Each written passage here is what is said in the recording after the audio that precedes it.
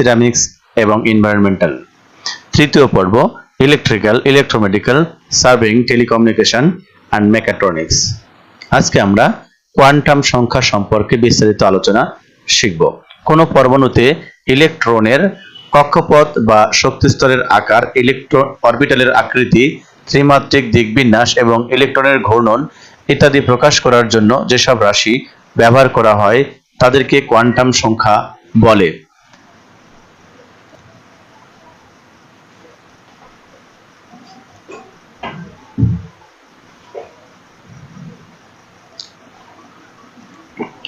Quantum সংখ্যা হলো চারটি, যথা 1 নম্বর প্রধান কোয়ান্টাম সংখ্যা যাকে n দ্বারা প্রকাশ করা হয়, সহকারী কোয়ান্টাম সংখ্যা যাকে l দ্বারা প্রকাশ করা হয়, চুম্বকীয় কোয়ান্টাম সংখ্যা যাকে m দ্বারা প্রকাশ করা হয় এবং ঘূর্ণন কোয়ান্টাম সংখ্যা যাকে s দ্বারা প্রকাশ করা হয়।